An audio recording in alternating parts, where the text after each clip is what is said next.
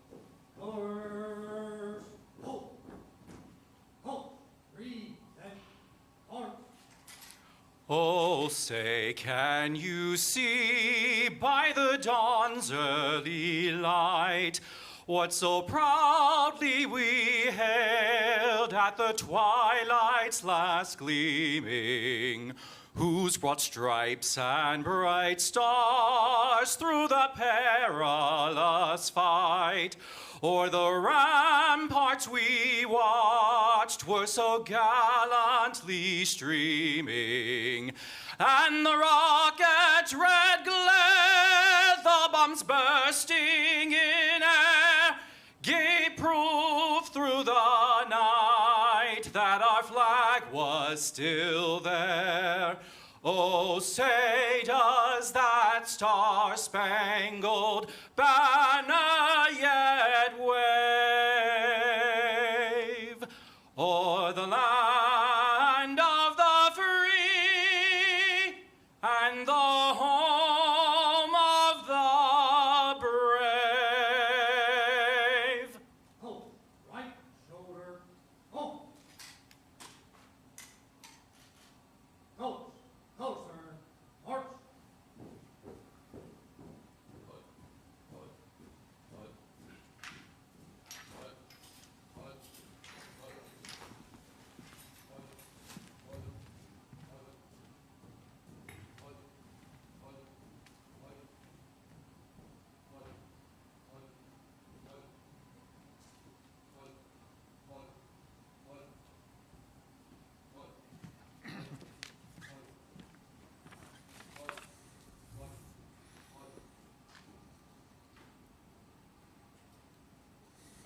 Please join me in prayer as you are inclined. Almighty God, we are gathered here this morning to celebrate, honor, and remember. We give thanks for the freedom won by hard fighting, not only on the battlefield, but in policy shops, the halls of Congress, and thousands of small encounters that will never receive the recognition they deserve. For it was through the bravery of individuals, one by one by one, that progress was made. The names of Leonard Matlovich and Harvey Milk are familiar to us, but they represent only the most visible part of a legacy of courageous service that stretches all the way back to the Revolution. From the fields of Gettysburg to Belleau Wood to Leyte Gulf, Normandy, and Fallujah, there is no discrimination in valor. Therefore, it is right and fitting that we celebrate the free and open service of all those who defend this nation.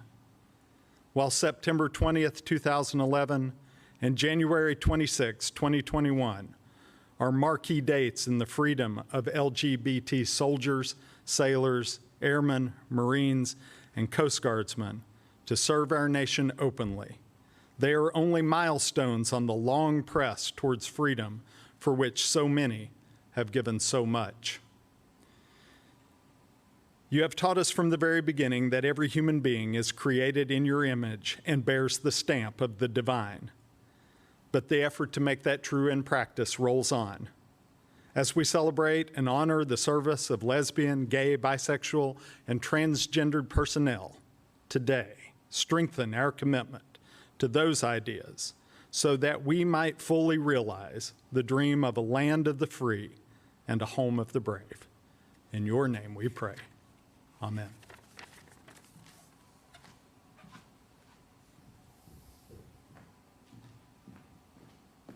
Please be seated. Please join me in giving Master Sergeant Heil and Pershing's Own Brass Quintet a round of applause for their pre-event music and that rousing national anthem.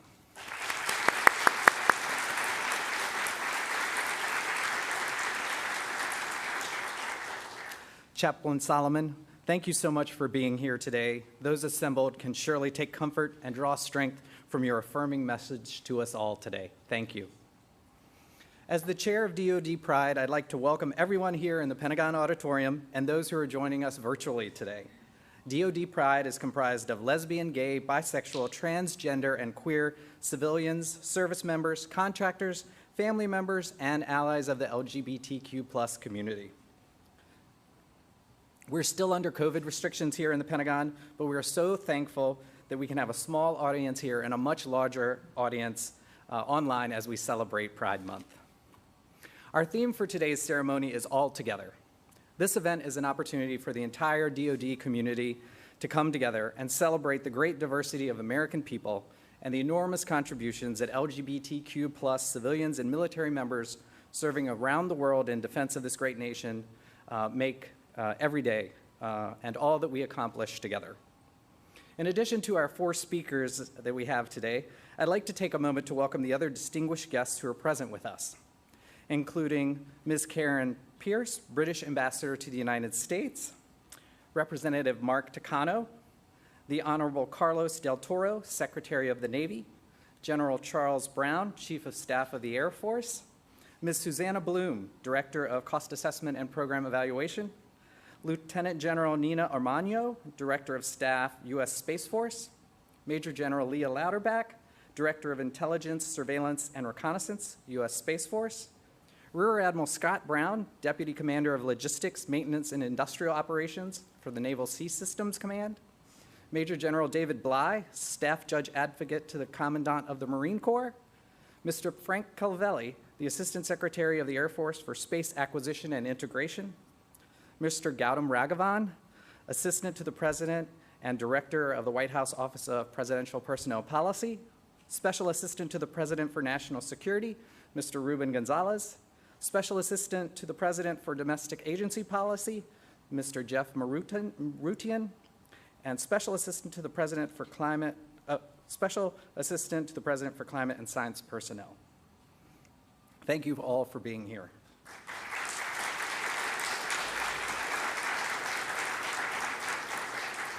I also want to welcome all the service members and department personnel who are here with us today in the Pentagon and also joining us online. You're all here to show your support for LGBTQ soldiers, sailors, airmen, Marines, guardians, DoD civilians, and their families. Make no mistake, your presence is extremely important. It demonstrates your commitment to what we know is true, that we are all stronger and more capable when we are all together, no matter our race, color, creed, sexual orientation, or gender identity. So thank you, each and every one of you, for being here today. With that, it's my great pleasure to introduce our first speaker for the day, the Assistant Secretary of Defense for Readiness, the Honorable Shawn Skelly. Ms. Skelly is the Principal Advisor to the Secretary of Defense and Undersecretary of Defense for Personnel and Readiness on all matters related to readiness of the total force. In that capacity, she develops policies and plans, provides advice, and makes recommendations for total force readiness programs, reporting, and assessments of readiness to execute the National Defense Strategy. Ms. Skelly previously served on active duty in the U.S. Navy for 20 years as a naval flight officer, retiring with the rank of commander. After a period in industry, she became the first transgender veteran to be appointed by a president in 2013 when President Obama appointed her as the Special Assistant to the Undersecretary of Defense for Acquisition Technology and Logistics, and then as the Director of the Office of the Executive Secretariat at the U.S. Department of Transportation. In 2017, she was appointed to the National Commission on Military, National, and Public Service. Ms. Skelly is also the co-founder and former vice president of Out in National Security, a nonprofit organization dedicated to increasing opportunities and representation of the LGBT community within the national security and international affairs industry, and also served on the Atlantic Council's LGBTI Advisory Council. I can't think of a more qualified speaker to lead off our program today.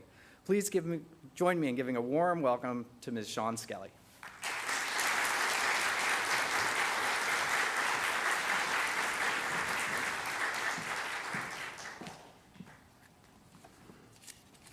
Thank you, Rudy.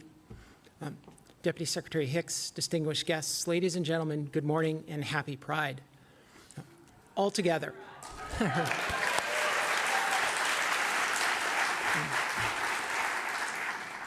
All together.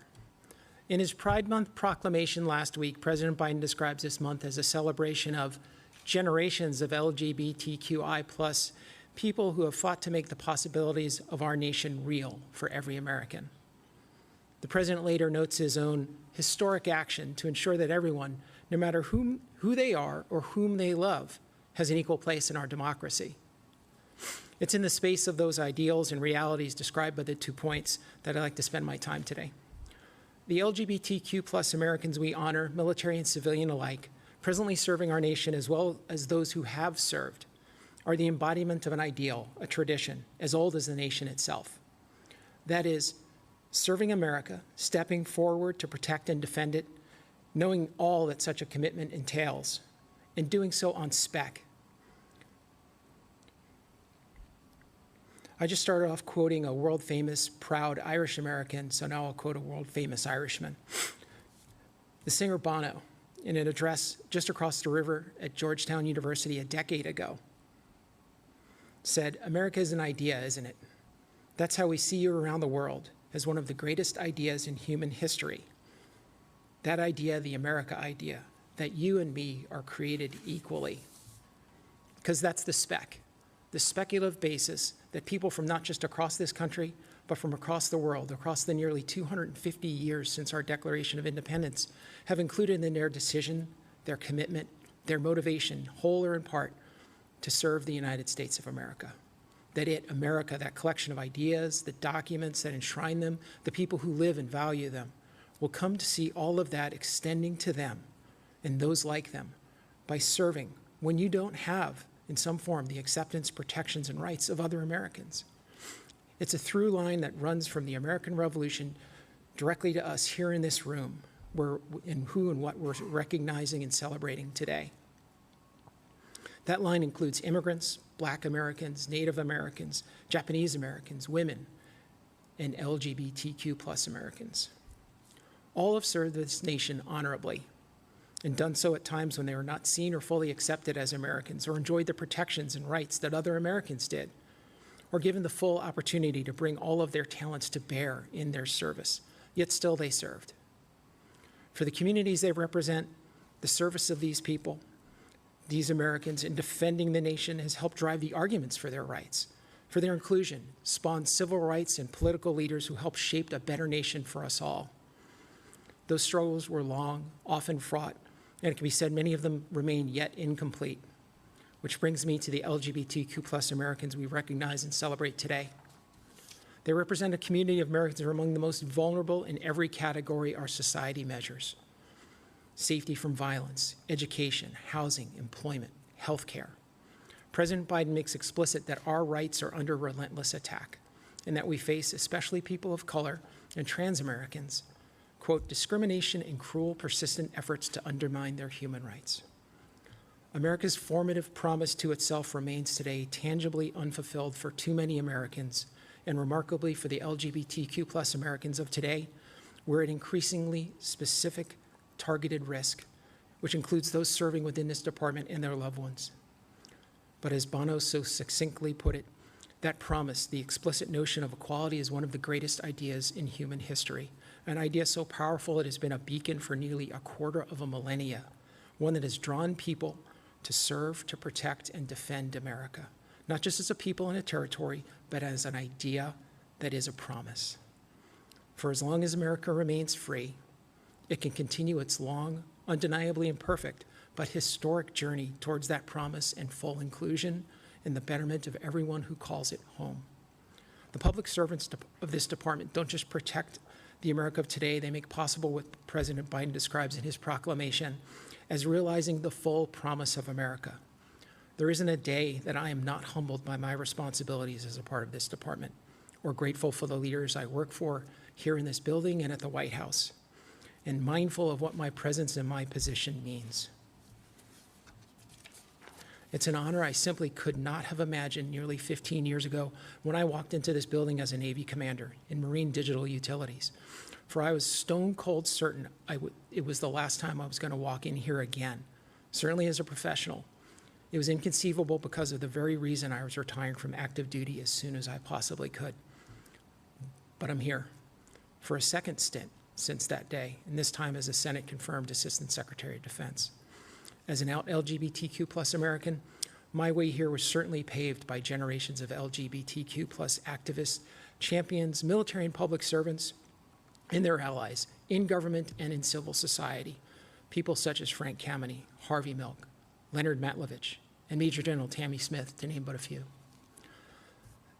But it was also all those who have come before, on spec, served as we do here now, and given America the time and space across centuries to grow, learn, and increasingly walk its historic talk. LGBTQ plus Americans have always served this country. We have always helped defend it. We always will. Not just for ourselves and our community or for our fellow Americans today, but for America as a nation to become all that it should rightly become for all who follow, all together. Okay. It's now my honor to introduce the next speaker, the Deputy Secretary of Defense, Dr. Kathleen H. Hicks. Dr. Kathleen H. Hicks serves as the 35th Deputy Secretary of Defense. She was sworn into that office on February 9th, 2021. Prior to becoming Deputy Secretary, Dr. Hicks held the position of Senior Vice President, Henry A. Kissinger Chair, and Director of the International Security Program at the Center for Strategic and International Studies. From 2009 to 2013, she served as a senior civilian official in the Department of Defense, confirmed by the United States Senate in 2012 as Principal Deputy Undersecretary of Defense for Policy. She was responsible for advising the Secretary of Defense on global and regional defense policy and strategy. She also served as Deputy Undersecretary of Defense for Strategy, Plans, and Forces, leading the development of the 2012 Defense Strategic Guidance and the 2010 Quadrennial Defense Review, and crafting guidance for future force capabilities, overseas military posture, and contingency and theater campaign plans. Prior to becoming the DUSD for SPF from 2006 to 2009, Deputy Secretary Hicks was a senior fellow at the Center for Strategic and International Studies. Deputy Secretary Hicks launched her career as a civil servant in the Office of the Secretary of Defense, serving from 1993 to 2006 in a variety of capacities and rising from presidential management intern to the senior executive service. Dr. Hicks holds a PhD in political science from the Massachusetts Institute of Technology, an MA from the University of Maryland School of Public Affairs, and an AB magna cum laude and Phi Beta Kappa from Mount Holyoke College. Please join me in welcoming Deputy Secretary Hicks.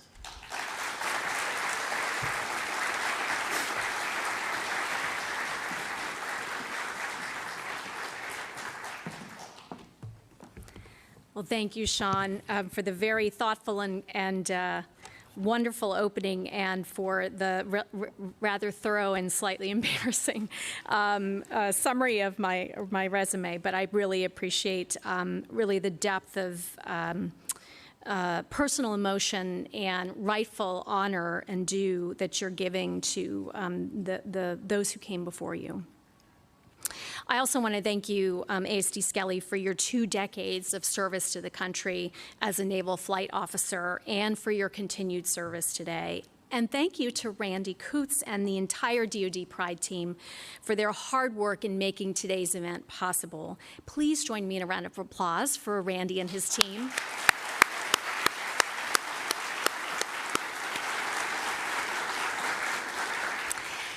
So to the LGBTQ plus civilian and service members in attendance today and those who are joining us virtually, thank you and thank your families and those who support you for all that you've given in defense of our nation. This event, our 11th annual ceremony, has always had outstanding speakers representing the community, and today is no different. In addition to ASD Skelly and Lieutenant Colonel Fram, we'll have the chance to hear from Undersecretary of the Air Force, Gina Ortiz Jones. And I've been honored in particular to work quite closely with ASD Skelly and Undersecretary Jones. They are both star performers for the DoD team and for the Biden administration. And their careers, like those of the many LGBTQ plus civilian and service members with us here and joining us virtually, are a testament to the value of diversity in our ranks. Pride Month is a time to come together to honor the contributions of LGBTQ plus people like ASD Skelly, Lieutenant Colonel Fram, and Secretary Jones. And it's also a time to commemorate the June 1969 Stonewall Uprising, a landmark moment in the gay rights movement. As President Biden recently stated, Pride Month is a time to remind the LGBTQ plus community that they are loved and cherished, deserving of dignity, respect, and support. You'll recall that at the beginning of this administration, the President signed an executive order on diversity, equity, inclusion, and accessibility in our workforce. It called upon the federal government to be a model employer where all employees are treated with dignity and respect. At the Department of Defense, the single largest employer in the United States, we strive to lead on issues related to DEIA, including as it pertains to LGBTQ plus people. This morning, I'm going to touch on why and how we're doing that. First and foremost, at DoD, we are committed to ensuring and promoting an atmosphere of dignity and respect for all civilian and military personnel. We strive to make the Department of Defense a workplace of choice for all Americans willing and qualified to serve. In doing so, we set a bedrock foundation where all personnel are valued and given an equal opportunity to succeed. This is the right thing to do in keeping with the principles on which our country was founded. But even more than that, recruiting, developing, and retaining a highly skilled military and civilian workforce of diverse talent is essential to our warfighting success. From China to Russia to violent extremist organizations and transboundary issues like climate change, today the Department of Defense faces a host of challenges.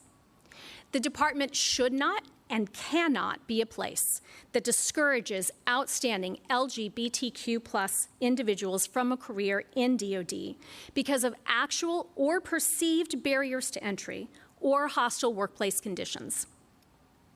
Rather, we need a total force that reflects the vast diversity and talents of the United States of America, in which all members are afforded dignity, respect, and equal opportunity. This promotes the cohesion that's necessary for us to remain the world's preeminent military force.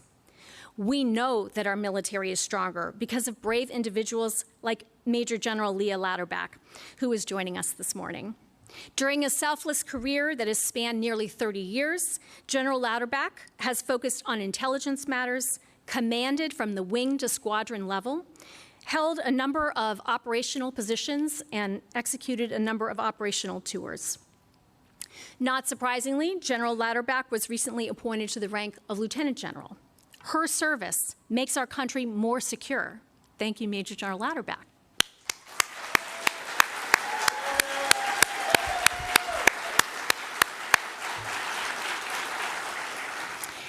didn't make you stand up.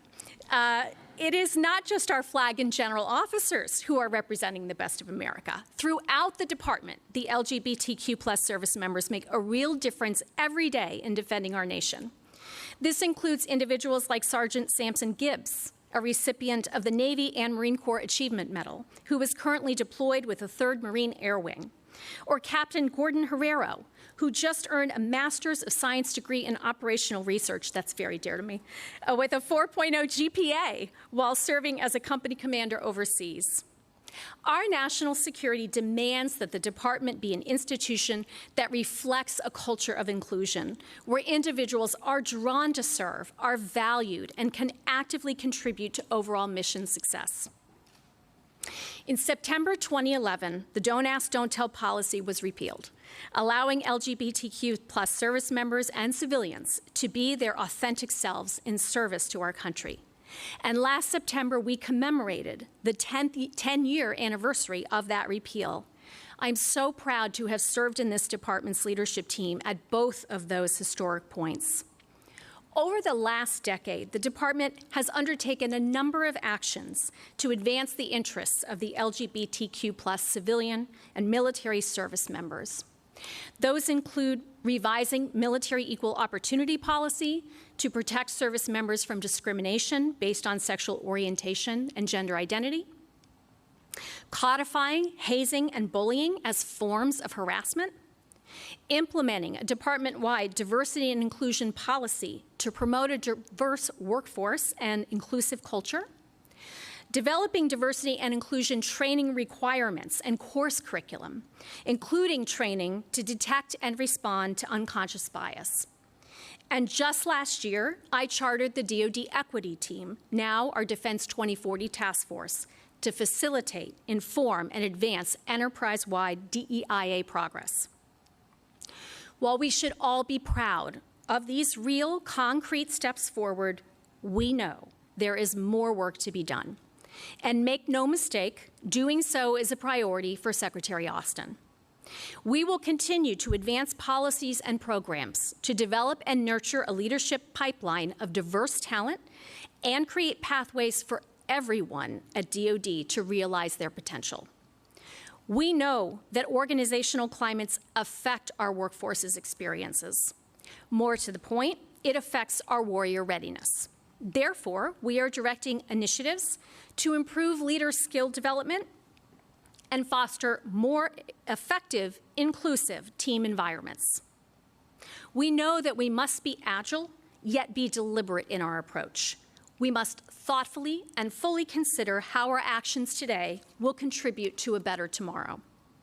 Therefore, the department is developing a DEIA strategic plan to guide and direct activities to further DEIA initiatives within the Department of Defense. Our plan is in the final stages of approval, and it will identify the priorities and objectives that DoD will focus on over the coming year. Even as we advance our strategic plan, all of us must keep in mind that diversity, equity, inclusion, and accessibility progress will not only be driven by policies and programs, it also results from the individual actions that each of us take every day. To that end, Secretary Austin and I are committed to holding leaders at all levels responsible for fostering climates of inclusion that support DEIA, including for our LGBTQ plus community. This is a core readiness issue. Individually, we must look at each day as an opportunity to ensure that the department reflects the nation that we serve and defend. Let me close by offering my thanks once again to our event organizers, speakers, and our service members and civilians for their commitment to our shared mission. The dedication of our diverse community of LGBTQ plus service members and civilians to advance our national security and to their fellow military and civilian personnel demonstrates the unity of the total force and the best of America. The diversity of the United States is unquestionably one of our greatest strengths. Many here today have fought hard battles to overcome bigotry and be treated with dignity and respect that is due to every human being. Pride Month is undoubtedly a time to celebrate our progress, but it is also a time for our department, our nation, and our world to acknowledge the challenges that remain and to reaffirm our commitment to equality for LGBTQ+ people. Happy Pride Month, and thank you.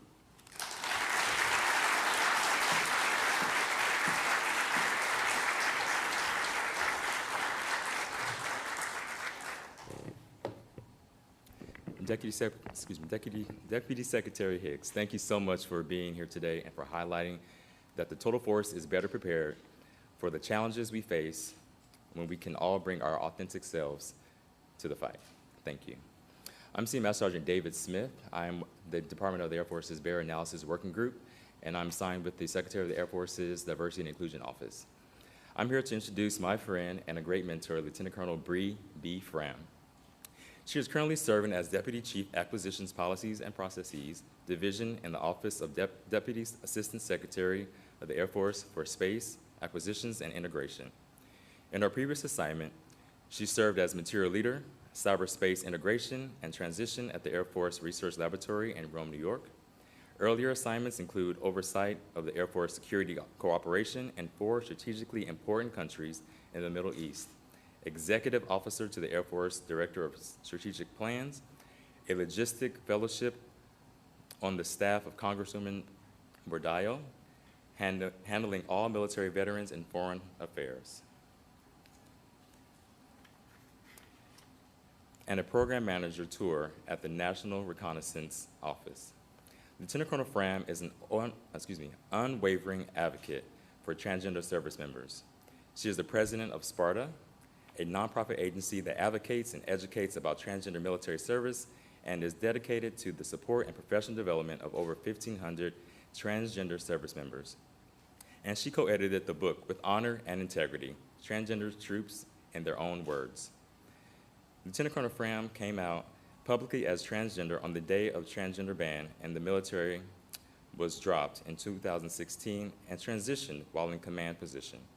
She served through the reimposition of a transgender military ban from 2019 to 2021, and is currently one of the highest ranking out transgender officers in the United States military. Ladies and gentlemen, please join me in a warm welcome for Lieutenant Colonel Bree Fram.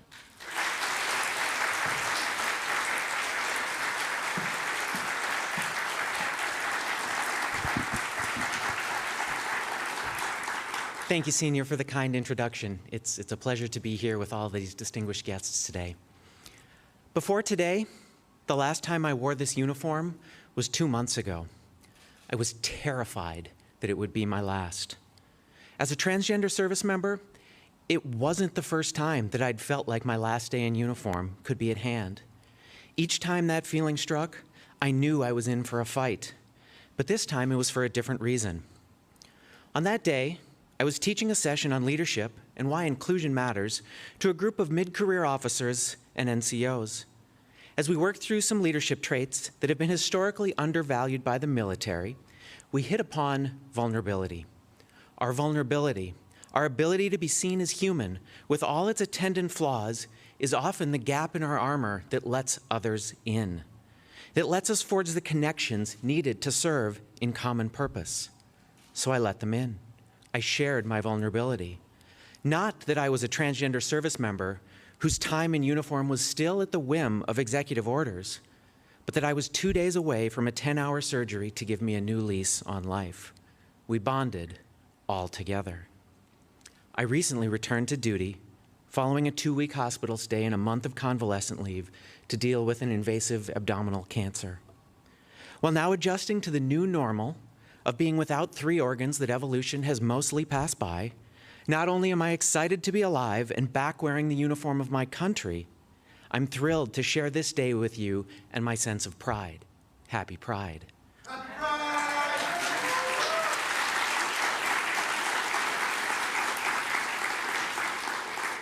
For that, I have some amazing leaders in the Space Acquisition and Integration Directorate to thank.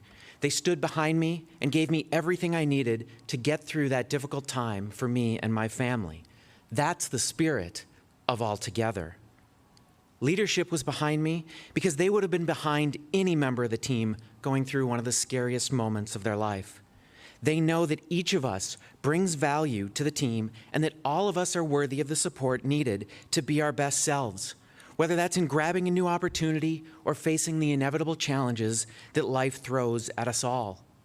Good leaders value each and every member of the team, regardless of sexual orientation, gender identity, skin color, or any other characteristic that makes us unique and diverse. We, particularly those of us in the Space Force, cannot reach for the stars without us all reaching together. To reset a bit, it is truly an honor to be here speaking with you today, but I have to admit, I'm a fill-in because Master Sergeant Jamie Hash, an incredible Air Force leader, was unable to be here today in advance of a PCS to DC. Jamie and I co-lead the transgender policy team that is part of the LIT, the Department of the Air Force's LGBTQ initiative team. I wanted to share a brief story of one of her accomplishments that helps us serve all together. Almost 2 years ago, a junior transgender airman was being repeatedly misgendered by her colleagues. In an attempt to correct the issue, the airman began putting her pronouns into her email signature. At the time, official policy said that personalization of signature blocks was not allowed. Despite the flourishing use of quotes and slogans in signature blocks, it was this simple statement of authenticity from this airman that drew ire and had supervisors and network administrators threatening to pull her network access unless she removed her pronouns. Master Sergeant Hash learned of this airman's plight and set about devising a policy revision that would allow every individual to claim agency over their identity, because she knows that when some are singled out, we can't be working all together.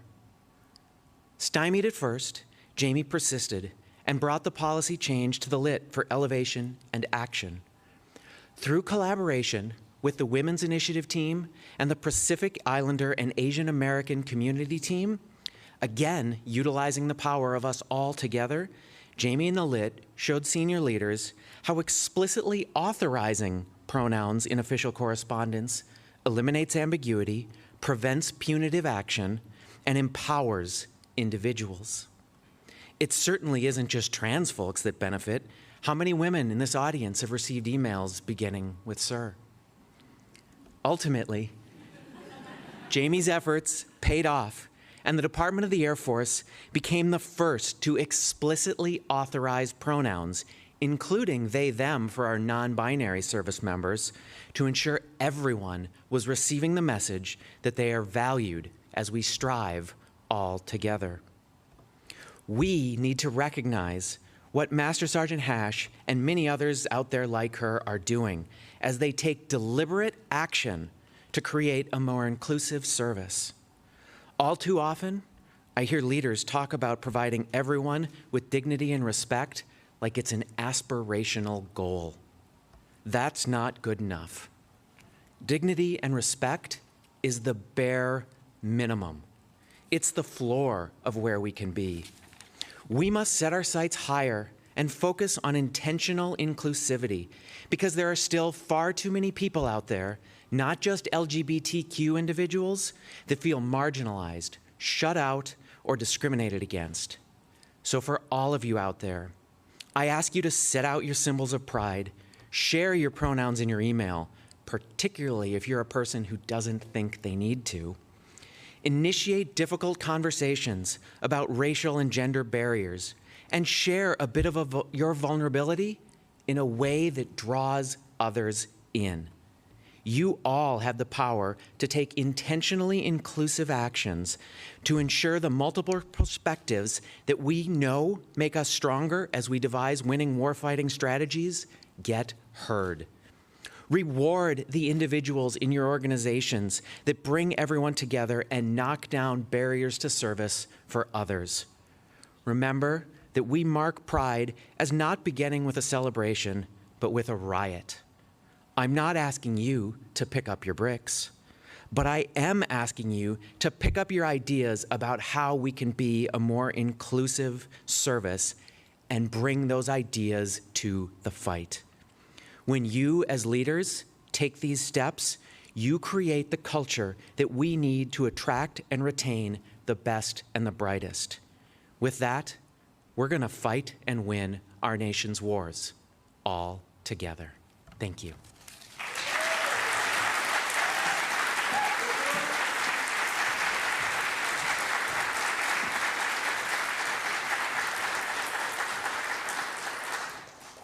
Thank you, ma'am, for those inspiring remarks, highlighting the contributions of Master Sergeant Hash and reminding us that we can all be leaders who make a difference no matter where we are in the chain of command. My name is Captain John Cloutier. I'm from the 780th MI Brigade Cyber, and it is my pleasure to introduce our final speaker this morning, the 27th Undersecretary of the Air Force, the Honorable Gina Ortiz Jones. Undersecretary Jones was appointed by President Biden and unanimously confirmed by the U.S. Senate in July 2021 to be the 27th Secretary of the Air Force, the second highest ranking civilian leader in the Air Force and Space Force. A Filipina American, she's the first woman of color to become the Undersecretary of any military branch and the second member of the LGBTQ+ community. Undersecretary Jones commissioned through the Air Force ROTC at Boston University. She went on to serve as an intelligence officer and deployed to Iraq supporting close air support operations. Upon separation from the Air Force, she advised on military intelligence operations in Central and South America, U.S. Africa Command in Germany, and served the Libya Crisis Intelligence Cell. Most recently, she served as the Director for Investment, leading the Committee on Foreign Investment in the United States. As Undersecretary of the Air Force, she's responsible for the affairs of the Department of the Air Force, comprised of the U.S. Air Force and the U.S. Space Force, to include organizing, training, and equipping air and space forces, and for the welfare of approximately 700,000 active duty, Guard, Reserve, and civilian airmen and guardians and their families serving around the world. As Undersecretary, she oversees the department's annual budget of more than $173 billion and directs strategy and policy development, risk management, weapons acquisition, technology investments, and human resource management across a global enterprise. Please join me in giving Undersecretary Jones a warm welcome.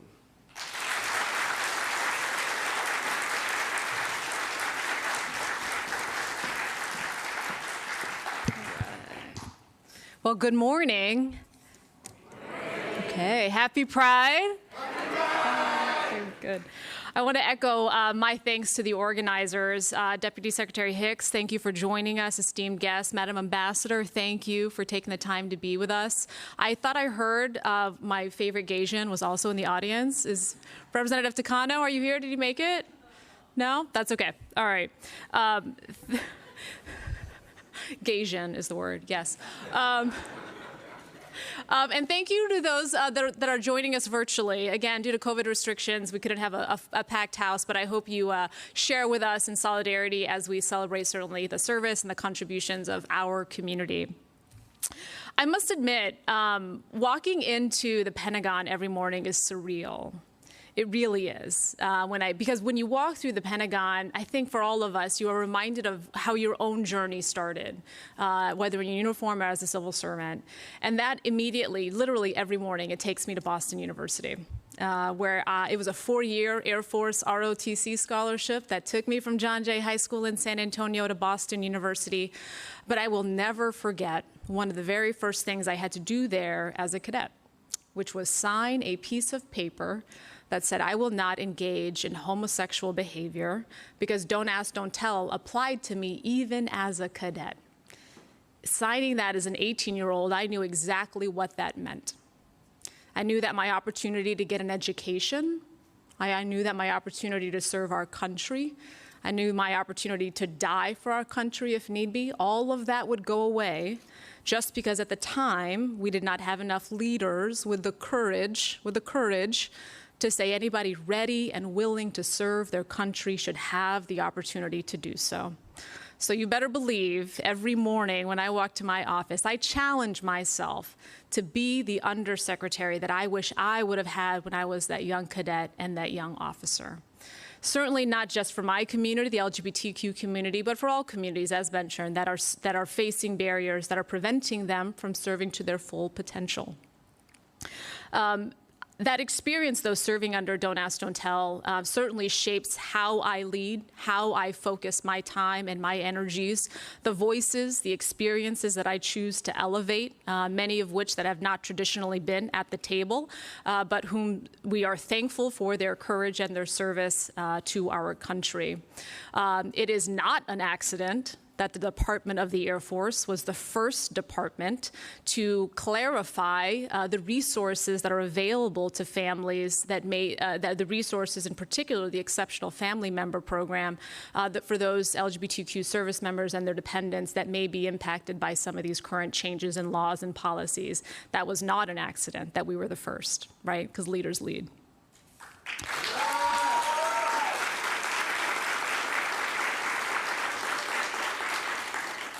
But as was mentioned, we still have a lot of work to do, right? We've got a lot of work to do.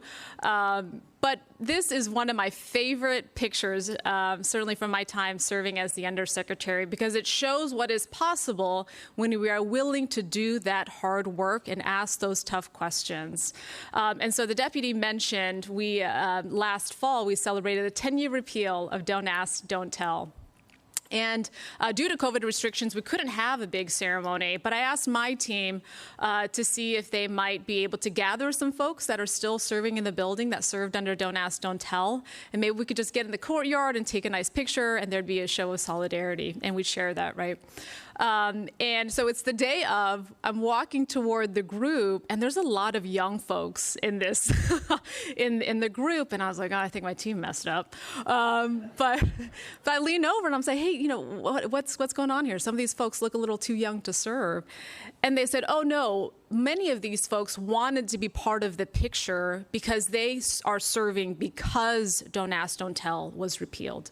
Because Don't Ask, Don't Tell was repealed. So it really shows you what is possible when you're willing to do the hard work, the talent in our country, among those serving, the talent we are able to tap into if we are willing to remove those barriers to ensure folks can serve to their full potential. So I know it's Pride, but I've got an ask. Yes, we are celebrating, but we have a lot of work to do. And so my ask is actually quite similar. We didn't coordinate this, but my ask is actually very similar to Fram's. In light of some of the challenges that continue to exist for some of our service members and their dependents, my ask is that you trust your leadership team. Trust your leadership team.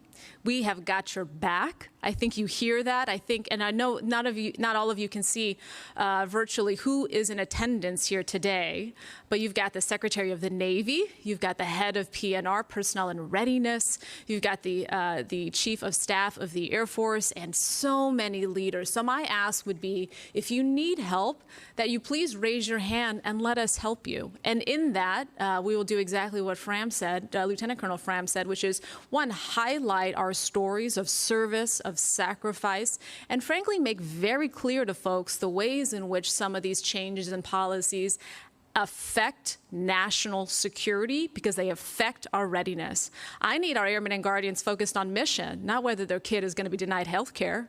Right? So I need, if we can help, please raise your hand and we will absolutely do that, because that is what the entire Department of the Air Force, certainly, if I may, the Department of Defense is focused on ensuring all of our folks can serve to their full potential. The pacing challenge demands it. We don't have time or talent to lose.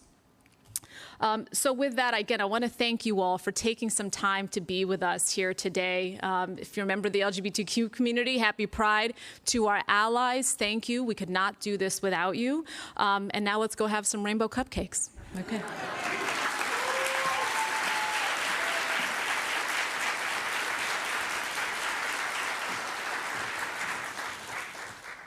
No cupcakes yet. Thank you, Undersecretary Jones, for being here today, for your visibility, and for your advocacy on behalf of all airmen and guardians. And thank you to all of our incredible speakers today for sharing your stories and inspirational messages with us today. You've given us a call to action that I hope we will heed, because all together, There's nothing we can't accomplish. Ladies and gentlemen, before we close today's program, we'd like to acknowledge all the support that made this year's celebration possible. DoD Pride would like to thank the Joint Forces Color Guard, the Army Band Pershing's own brass quintet, Master Sergeant Heil, our vocalist, Mr. Cyrus Salazar, the Director of the Office of Diversity, Equity, and Inclusion, and the Air Force LGBT Initiatives Team, OSD Public Affairs, OSD Graphics, SecDef Protocol, the Pentagon Building Management Office, the Special Events Team, and the Army Multimedia Visual Information Directorate for all their support in making today's event so great.